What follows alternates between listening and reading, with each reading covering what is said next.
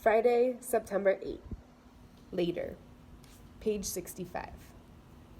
The obituary in the Tangerine Times said that Mike Costello would have a public viewing tonight and a private burial ceremony tomorrow. I was actually looking forward to going. For one thing, I had never been to what Mom was calling a Catholic wake. But also, I was feeling very, very low about myself and about the soccer team, and I realized that Joey was the only person I knew who was feeling worse. He was someone who even I could feel sorry for.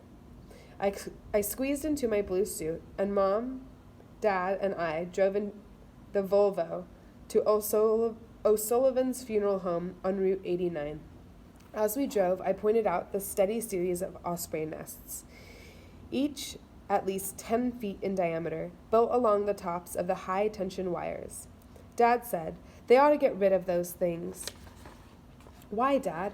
Why? They could short out the power for the whole town. That's a crazy place to build a nest."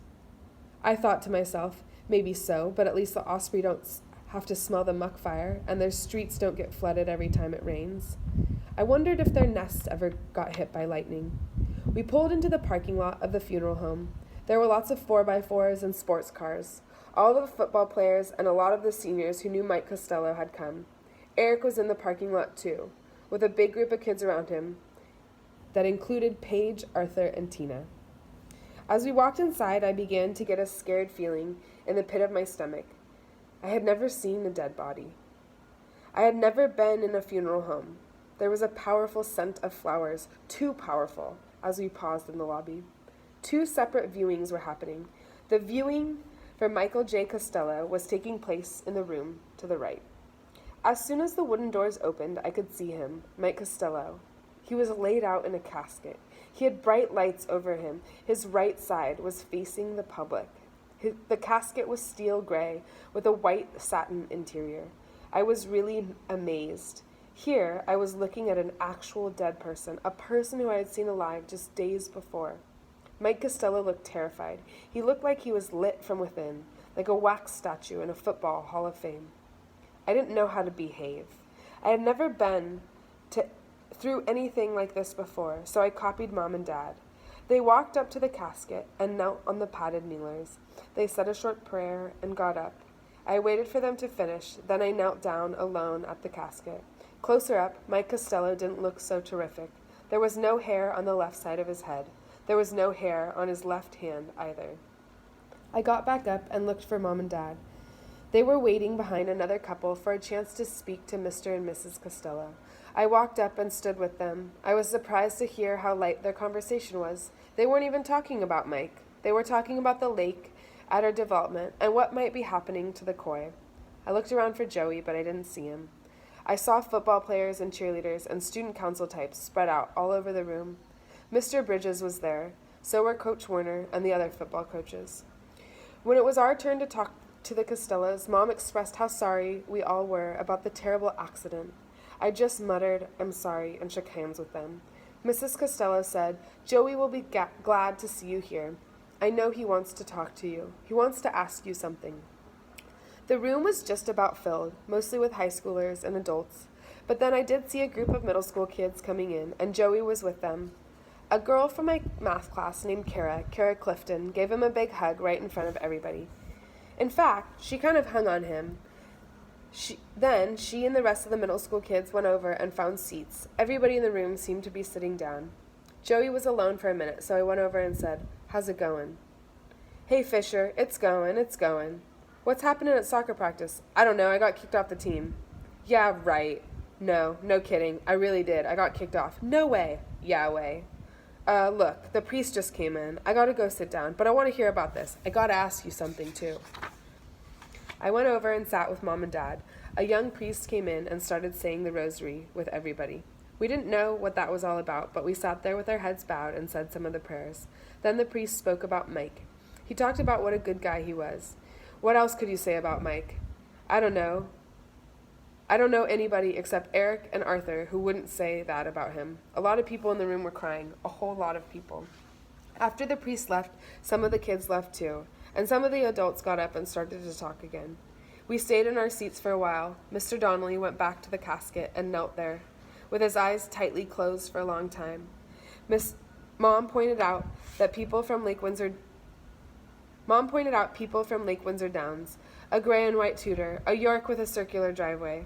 Paige was talking to a man I recognized from the football practice meeting. He was her father, Arthur Bauer. Paige was talking to a man I recognized. Paige is Arthur's sister. I forgot about that. Paige was talking to a man I recognized from the football practice meeting. He was her father, Arthur Bauer, Sr. Mom pointed out to Tina Turretin's mom, too. She looked like she could be Tina's older sister, very young looking. I recognized a few of the other parents who had come to the meeting in our great room, but I didn't know their names. After a few minutes, we walked out into the lobby. That's where I saw Joey again. He had one arm around Kara Clifton, who was crying uncontrollably. He was shaking hands with Coach Warner in his other arm. A couple of guys from the soccer team were there, too. A couple of the toe stubbers. They obviously hadn't heard that I was off the team. One of them said, "What's up, Mars?" which I didn't mind at all. That nickname is all I'm ever going to get from the Lake Windsor soccer program. Carrie Gardner came up to me and put her hand on Kara's shoulder. Carrie Gardner came up and put her hand on Kara's shoulder. She looked over at me and said, "Hi." She explained to Kara that their ride was waiting and they had to go. Then she turned back to me and said, "I hear you're a great soccer player." I just stood there, unable to think of anything to reply. Kara let go of Joey, asked Carrie for a tissue, and the two of them left. Joey joined his mother and father near the door, where a line had formed to say goodbye. It must have been a tough thing to stand there and say something to every one of those people, but that's exactly what they did. When Mom and Dad got up there, the Costellos started asking them about the meeting in our great room, how it had gone, and who had said what. Joey picked up our conversation where it had left off. "So, how did you get kicked off the soccer team? I thought you were on the bus." "I was on the bus. At least, I think I was. Walski kicked you off." "Walski kicked you off?" "Yeah, I don't know. Sorta. Murrow sent him this memo saying that I'm in a handicap program, a program for the visually impaired." He freaked. He said he'd lose his insurance policy or something. Joey was shaking his head. "Oh, man. Man, that's cold. Maybe my dad can file a lawsuit for you or something." "Is that right?" "Yeah, he's a lawyer." "He can file a lawsuit. It's got to be against your civil rights. Your parents are paying taxes so you can go to the school, right? Why shouldn't you be allowed to play on the school team?" "You're right. It's not your fault you're a geek." "Thanks. Thanks a lot." "Hey, you know what I'm saying." Yeah. "Look, do you want to go to the carnival with us tomorrow?" I was shocked to hear Joey say that. I answered, "Isn't tomorrow the funeral?" "Well, the funeral's the first thing tomorrow morning. My mom thinks it's a good idea that I go out and do something with my friends tomorrow afternoon. Life goes on," she said. We've been doing nothing but all this funeral stuff, since it happened. So she says I need to get out and do something to take my mind off it." He looked over toward his parents. "They're more worried about me now than they are about Mike. You know what I'm saying." I looked at Joey's parents, then at mine. He asked me again, "So, are you up for it? For the carnival?" "Yeah, sure, I guess. I don't know anything about it. I heard the announcements about it at school. It's pretty cool for Tangerine. It's low rent, but it's cool, in a low rent kind of way. I'll call you tomorrow afternoon." "Yeah, all right." Mom and Dad and the Costellos finished their conversation. I wish I knew what they were talking about. It must have been serious because Mom and Dad didn't exchange another word all the way home. That was all right with me. I needed time to think. I looked out the window at the starry night, at the high-tension wires and the osprey nests, and thought over and over again about what I could have said back to Carrie Gardner.